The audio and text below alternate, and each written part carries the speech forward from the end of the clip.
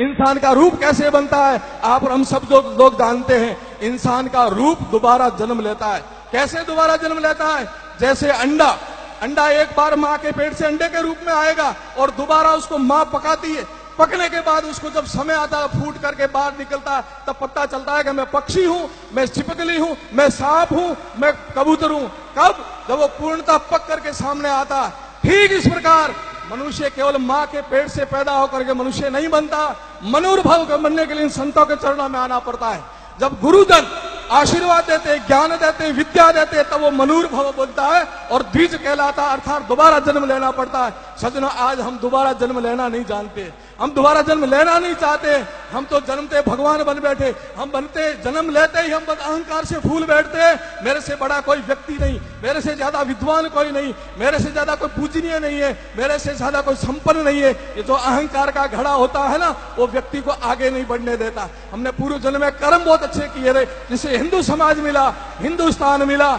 और यदि अब हम मनोरभवक बनना चाहते हैं तो पुनः लौटिए हमारी संस्कृति की तरफ। आइए ऋषियों के चरणों में, आइए शास्त्रों के पास में, और आपको मनुष्य बना करके आपकी जीवन की यात्रा को आगे शुरू करेंगे।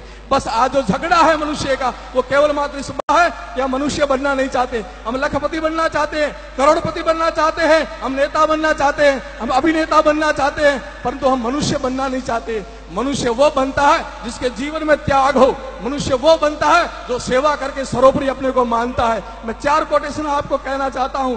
देवता कौन, ऋषि कौन, मनुष्य कौन, राक्षस कौन और दानव कौन? देवता वो यो ददाति स देव, वो जो सब कुछ देने की क्षमता रखते हुए देव होते हैं। रामदेव जी, बाबू जी, गोगा जी, अन्य कितनों के नाम ले लें, जिन्होंने धर्म, संस्कृति, गाय सबके लिए अपने प्राणों को न्योछावर किए हुए सब देवता आज लोक देवताओं के रूप में पूजे जाते हैं। मनुष्य कौन? आप कहेंगे हम सब लोग मनुष्य नहीं, मनुष्य वो नहीं जो यहाँ सेवा करोति सह मनुष्य, जो सेवा करने में अपने को सदा तत्पर रखता है, वो मनुष्य की श्रेणी में आता है। क्या हम लोग सेवा करते हैं? तो हम मनुष्य सेवा करके भी सजना कभी भी फल मत चाहना। मैं ये कर रहा हूं, इसका मुझे फल मिल जाए, लोग मुझे पूछे, मेरा नाम रोशन हो जाए, पत्थरों में लिखा जाए, जगह जगह मुझे उच्चारित किया जाए, मेरे 3-3 पीढ़ियों के मैं नाम लिखा दूं। सेवा, ये सेवा नहीं होती है। सेवा के पीछे आप फल की इच्छा मत रखना, तो वो सेवा आपको बहुत बड़ा फल देगी। और सेवा करके यदि आप कुछ फल की चाह ना रखो तो वो सेवा सौदे में बदल जाएगी, वो सेवा सेवा नहीं रहेगी।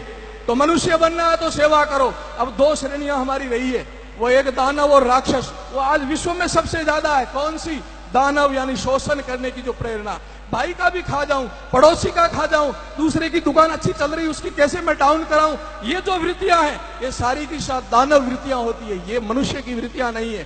शोषण करना, यह शोषण करोति सा दानव। और अंतिम में बात कहना चाहता हूं, जो वृत्ति हमारे अंदर पैदा होती है वो है राक्षस वृत्ति। आज दुनिया में सबसे कोई दुखी करने वाली वृत्ति है, सब दुनिया को हिला करके अंदर से बहुत प्रताड़ित करने वाली वो है, जो आप देखते होंगे व्हाट्सएप पर, आप देखते होंगे फेसबुक पर, किस प्रकार से घिनौनी हरकतें की जाती है, किस प्रकार लोगों को काटा जा रहा है, किस प्रकार गाय को और अबला को, अनाथ को किस प्रकार परेशान किया जाता। वो जो वृत्ति होती है वो राक्षस वृत्ति है। वो किसी जाति की वृत्ति नहीं होती, किसी समाज की वृत्ति नहीं होती। जो राक्षस होता है वो राक्षस ही रहता है। और आज हम सब लोग दुनिया में इन राक्षसों से परेशान हो गया।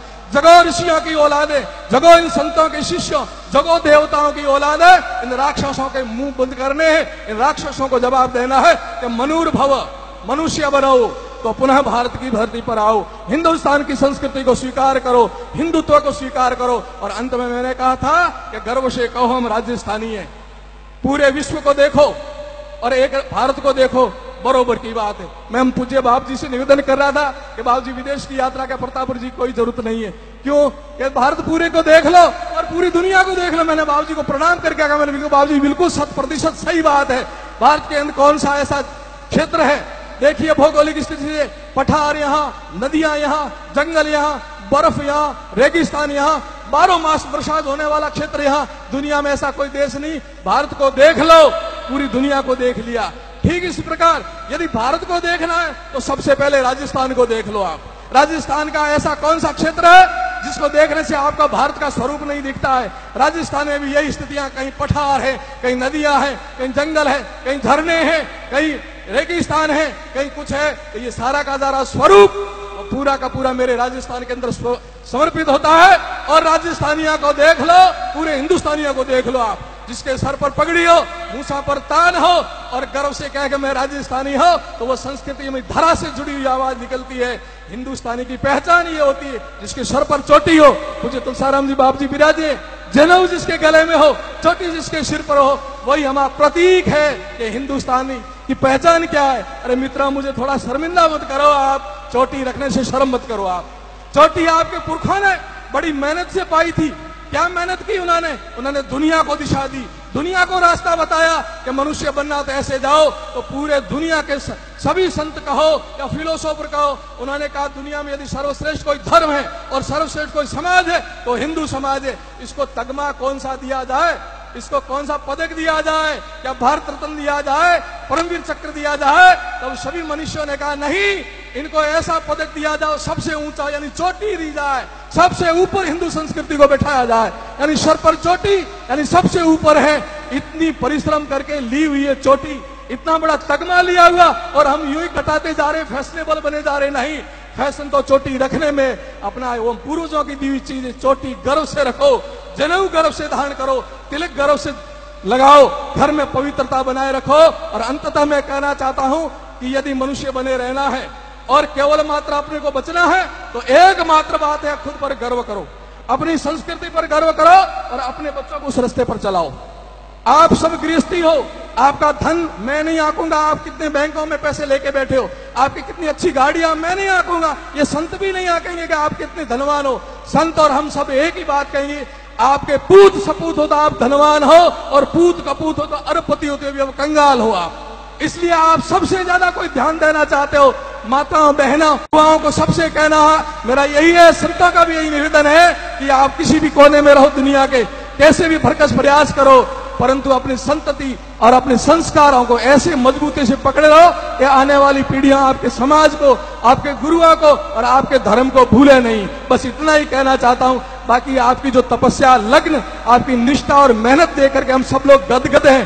कहाँ राजस्थानी भाषा, कहाँ या मलयालम भाषा, कितनी उठपटी ज्यादा, आप इतने फर्राटेवन बोल रहे हो, ये गजब कर दिया आपने। कहां से कहां आकर के कितनी मेहनत की। पुनः आपको बहुत बहुत बधाई देता हूं, मातृशक्ति को प्रणाम, संतों के चरणों में वंदन करते हुए मैं बहुत बहुत आशीर्वाद लेना चाहता हूं कि हमारा समाज, हिंदू समाज, हिंदुस्तान और ये राजस्थान ऐसे ही उन्नति करता रहे। बोलिए भारत माता की, सनातन धर्म की, गौ माता की, अनंत कोटि संत महात्माओं की बहुत बहुत शुभकामना, बहुत बहुत धन्यवाद।